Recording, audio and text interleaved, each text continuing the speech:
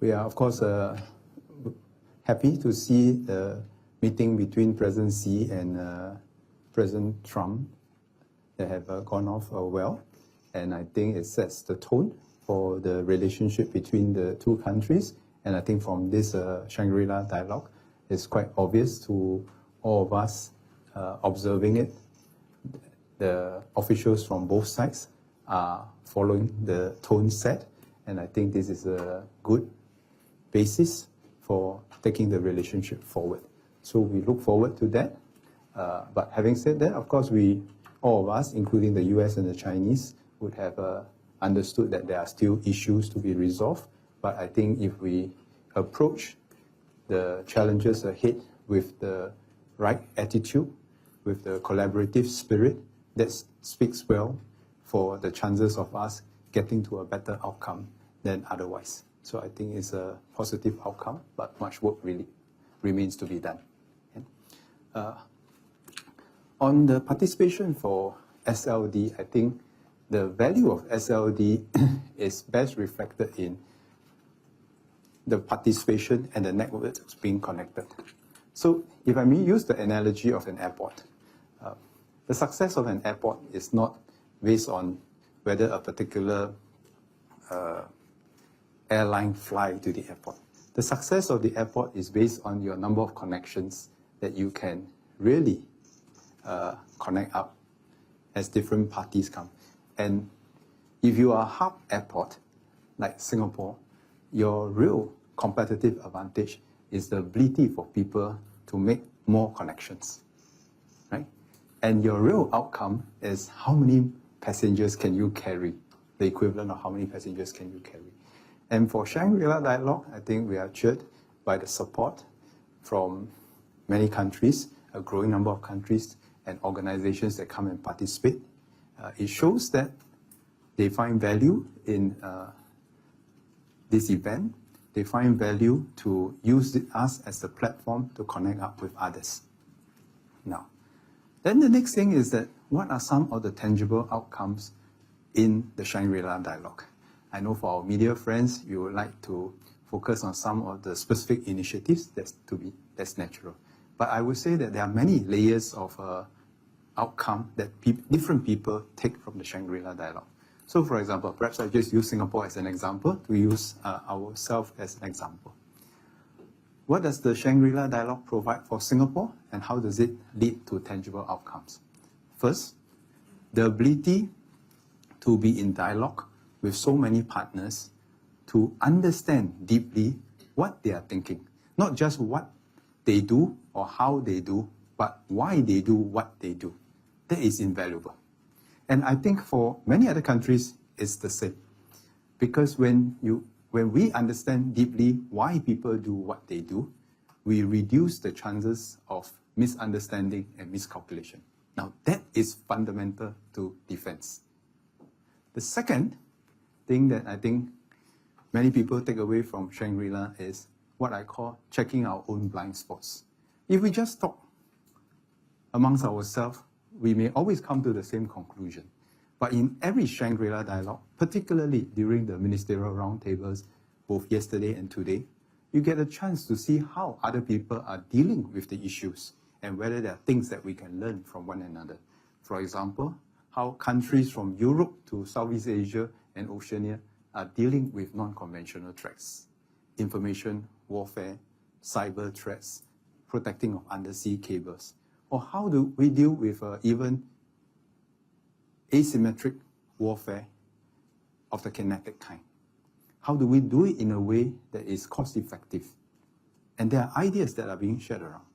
For example, yet another example, how do we do force transformation, embracing new technologies while conducting current operations? How do we organize our own structures and organizations, update our processes in order to embrace all these new technologies? Right? How do we mobilize and convince our people for the need to spend and invest in defense for the long term rather than the short term? So these are very useful things that happen behind the scene and in the ministerial lunches that we are able to share with ourselves in a open manner, because these are shared and common challenges. A third kind of outcome that we can get from the Shangri-La Dialogue is, again, you may not see this, but where countries bilaterally or perhaps in small groupings have issues with another party, they are able to talk about it behind closed door. And sometimes when nothing happens on the surface, it is a mark of success because some of those issues have been better managed or resolved. In defense, for us, very often, no news is good news. So we are not trying to create issues and then be seen to be resolving it. The art of defense is to be able to preempt issues before they are formed. Okay. A fourth way is sometimes you see that we announce tangible initiatives like the guide that we talked about. How did the guide idea come about? Well, it started from our conversations last year, where we talk about critical underwater infrastructure, because today critical underwater infrastructures are not just carrying the critical waterways today, they are not just carrying trade on the ships. They are also carrying the critical underwater infrastructures that provide us the connectivities in terms of energy and data. So how did this come about? Because we started the conversation last year. And from that conversations, through subsequent bilateral and multilateral conversations, we are able to get so many countries within the last 12 months to come on board to start this initiative. And what are we trying to figure out to go forward? Very clear. I said this in the session just now when we talk about the guide. Today, we have a bit of a gap in who has the right to lay the critical underwater infrastructure. We have gaps in how do we monitor the health, if you like, of the network. How do we deter bad people from wanting to do bad things to the network? Because we are able to share information and see them doing such things. And finally, if we catch people doing bad things to our network, what can we do about it as an international community? So to discuss all this and to put in place a mechanism is our way of protecting our infrastructure and a way of deterring other people from attempting even to do this. Right? So these are some of the examples of how the Shangri-La Dialogue is useful to different parties, and different parties will have different takeaways at different levels. China's participation, and I'll just like to perhaps encourage people not to use this phrase, low-level Chinese participation. I personally don't like this. I personally don't look down on people and cast them as whether they are low-level or high-level. I think we respect the Chinese participation. The Chinese participation will be determined by their own considerations, and different years they have different levels of participation. First, it's not that the Chinese are not here, and I think the Chinese delegations have made their presence felt in many of the plenary sessions, and please do not call the Chinese level. I don't think you like people to call you low level. I never really like this word, so maybe just a request to the media. For us, we take all participation, whether it is the ministerial level, the permanent secretary level, the academic think tank level, we take them all seriously and we treat them with respect. Okay, that's part of the Shangri-La's DNA. Next, if I shift gear a bit, I think there are a few consistent messages that comes out from all the discussions, particularly from the plenaries and the ministerial roundtable. And that applies to, I think, many countries. It applies to us as well. And I meant it seriously in my summary, that the first takeaway is this. If you just talk and you don't follow up upon it, and you don't do anything about it, then nothing is going to come out. And people will become cynical. But you just keep doing, and as one of you have suggested, you think you're making yourself more secure by increasing your defense spending or building new capabilities, but you do not correspondingly step up the efforts to mutually assure each other, then there will be a lot of suspicion.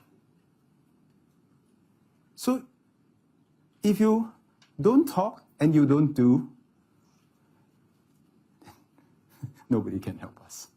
So I think the correct answer is that we must both talk and do at the same time.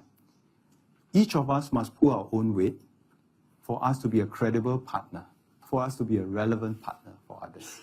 And each of us, as we whether increase our defense spending or whether we build new capabilities and become a more relevant partner, we must spend the time and effort to reassure others of our intention.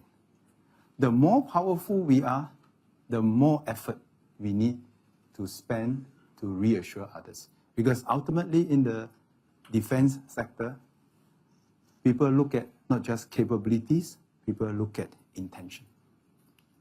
Now the next point is, spending more on defense is of course part of the conversation, but it is not the entire conversation. And this point was also made in the Ministerial Roundtable. It's not just how much we spend on defense that matters. It is also how we spend the money that matters. For example, in many of the new technologies that we are looking at, it is not how much you spend, but how innovative your ideas are, how much bang for the buck you get for the same or less expenditure. It is not true, and I have been in the defense sector for the last almost 40 years, there is no linear correlation between expenditure and capability. Different countries spend different amounts. Different countries use their expenditure differently, wisely, to build up capabilities according to their needs, right? And this is the same thing for Singapore, and I have said this before when people ask me about where is our defense expenditure going, which direction. We will spend as much as we need in order to make ourselves capable of defending ourselves and a relevant partner to others. But what are the capabilities that we need? Is it a straight line linear correlation with defense expenditure? I don't think that is true, and it's not a linear correlation. A lot of the time, what is even more important is that we spend the money consistently over the years to build up real capabilities, particularly on the human capital side. It takes years to train a pilot, a sailor, and so forth. It takes even more years for us to build up the scientific community, the technological capabilities, in order to translate some of those spending into real capabilities. And therefore, we should not go away with the simplistic thinking that it's a linear correlation between spending and capabilities. Some countries spend a lot, but they do not get commensurate capability. Part of the reason is that because if you adopt a feast and famine strategy, you don't stretch your defense dollar and you don't get bang for buck. So this is one of the challenges. In fact, in the Ministerial Roundtable, we also discussed this.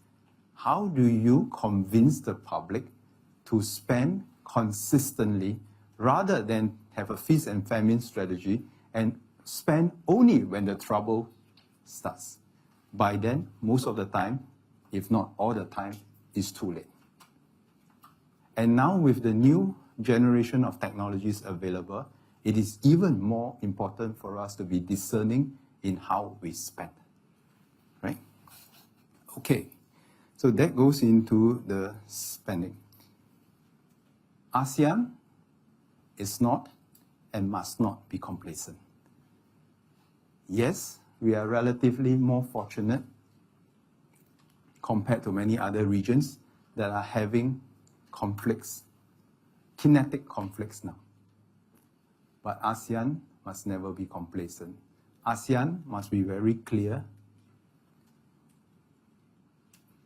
In our perspective, where are those challenges today and where are those challenges tomorrow?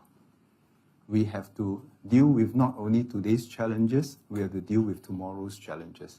How do we establish the frameworks to deal with those issues?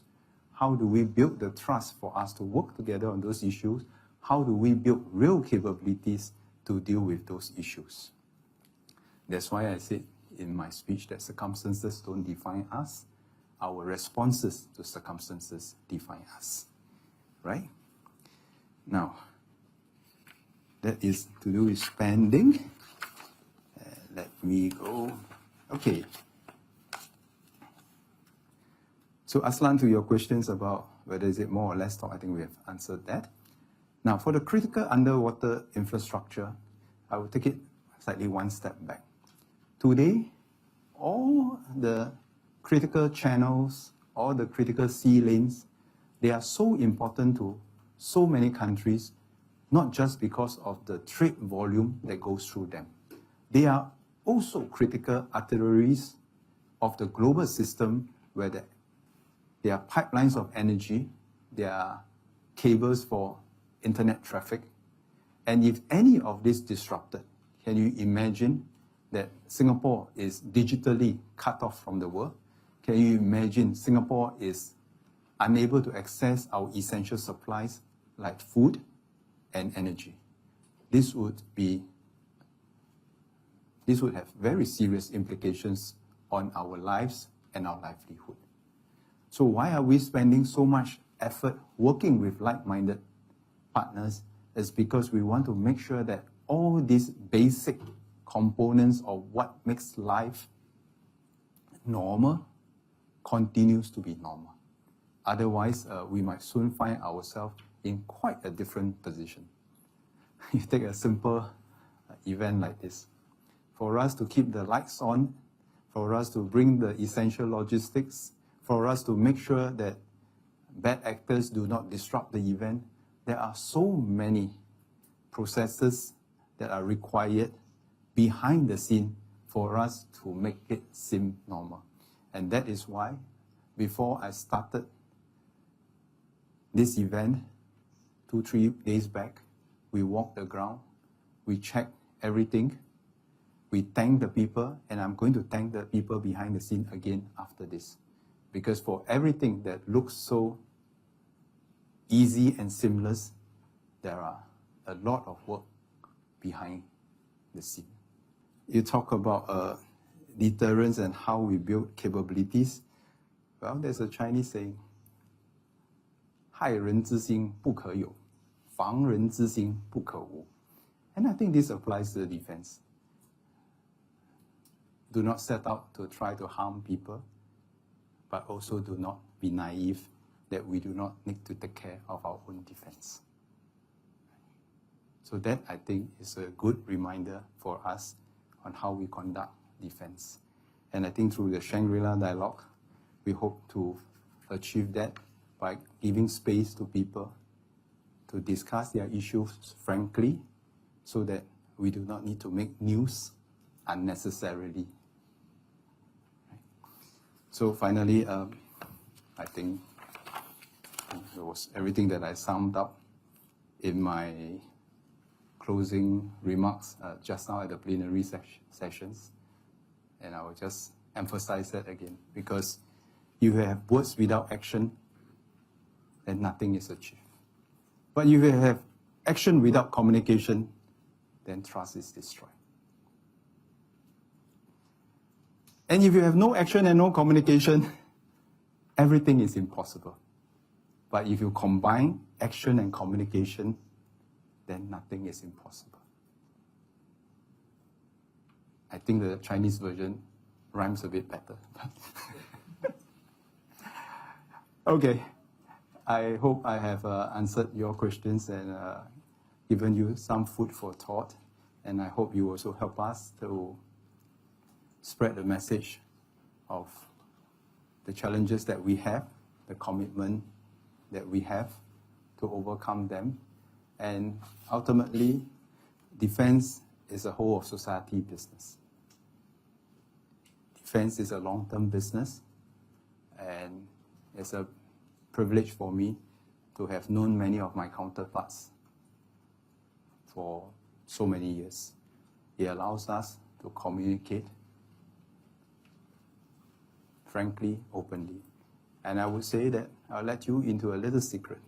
Even when one of my closest counterpart, he wasn't able to be here at this Shangri-La conference because of other pressing domestic issues, we called each other. We kept each other informed of the progress as we went along, even though he may not be able to be here. And that is how tight we want our relationship to be, because we are in constant communication with one another to share notes so that we minimize the chances of miscalculations, misunderstanding, and it plants the seeds for mutual understanding to take actions in real time.